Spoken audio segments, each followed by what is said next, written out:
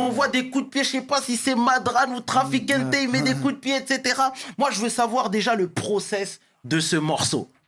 Comment t'as eu l'idée là? Je vais tout expliquer l'histoire. Ça commence d'où? En vrai, en soi, le délire Matuidi Charo, il naît d'un délire de potes. Ça veut dire, à cette époque-là, on avait quand même déjà commencé un peu les showcases parce que j'avais fait Halo, j'avais fait Charlie Delta, j'avais fait Cardiac Chirac. J'avais quand même fait pas mal de sons qui commençaient à tourner bien dans la street.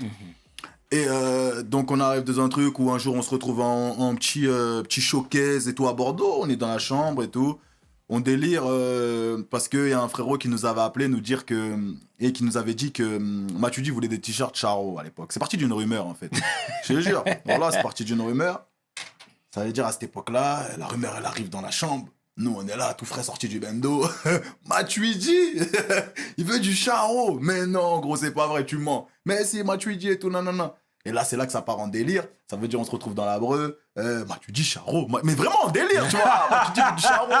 C'était ça là, le délire. Mais c'est vraiment ça. Avec la gestu déjà. Ouais, on était là dans la chambre. Mais c'était pas la même gestu. Ouais. On dansait. À l'époque, on aimait grave les gestus. C'est-à-dire, on était là, on s'est filmé et tout. On a kiffé.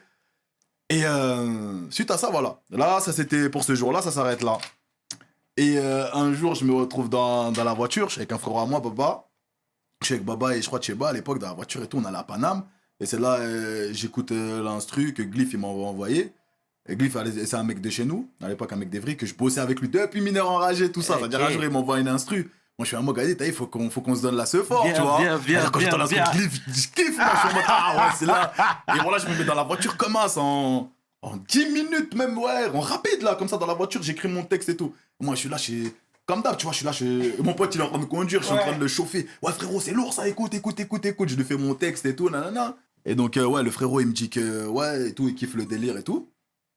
Il kiffe le mood du son. Du coup, ce que je fais, je commence à dire, vas-y, ce soir, je vais au studio. Je prends mon air de studio, je me retrouve au studio, je pose mon couplet. Mais en fait, à l'époque, on allait au studio tous ensemble. C'est-à-dire, je pose mon couplet, je kiffe mon couplet, mais avec que mon couplet. Et rien. Rien derrière, plus rien. Là, j'ai fait mon couplet que j'ai écrit tout à l'heure, que j'ai kiffé sur la prod à Glyph, mais je suis plus inspiré. Je sais pas quoi faire au refrain, j'ai pas d'idée de truc. Là, je regarde un peu le peu gros, on est là, on est au studio, tout ça, posé, détente. Les gars, vous êtes pas chaud, vous montez sur le track et tout? Ah ouais, tu dis ça, ouais, bah ouais, vas-y, carrément. Parce qu'en plus, à l'époque, on est là en mode, mais ça fait longtemps, en plus, on n'a pas fait de son, comme ça, t'as vu aussi, on a son ensemble et tout, parce qu'on en avait déjà fait, nous, avant Matuidi Charo, okay. Tu vois. Donc, ça fait longtemps qu'on n'a pas fait de son ensemble, ça pourrait être intéressant. Et tout, comme ça, on revient avec ça et tout, comme ça fait longtemps, les gens vont kiffer. C'est là, les frérots, ils montent sur le son. Ah là-bas, c'est un freestyle. C'est pour ça qu'il s'appelait freestyle, le bordel. T'as capté? Exact. Donc, ça, on y monte sur le son. Moi, je le vois en freestyle. C'est en mode, vas-y, on se redonne un peu de ce fort. Moi, j'ai kiffé mon couplet. Les autres, ils viennent, ils montent leur démonstration. Et vas-y. Et après, à la fin, bah, tout le monde pose. Et je me dis, mais les gars, là, vous vous rappelez le délire là qu'on avait eu dans la chambre? T'as capté? Voilà, c'est dans celui-là. Le délire qu'on a eu dans la chambre et tout. Ouais, tout ça, ouais, Matuidi Charo, ouais, mais je crois qu'il faut qu'on fait ça à la fin, en mode on s'en fout et tout, là. Il me dit, mais non, et tout. Je dis, ouais, vas-y, tac. Et c'est de là, Breggy rentre dans la cabine, boum, on s'enjaille, ting, tchong. C'était vraiment en mode folia, tu vois, en mode folie, en mode groupe. Boum. Et franchement, j'imaginais pas que le morceau allait devenir ce qu'il est devenu aujourd'hui. Mais ce qui est fort, c'est que t'as bossé derrière. Tu vois, si tu t'arrêtes sur Matuidi Charo, je pense que tu peux vite devenir un mème. Ouais, mais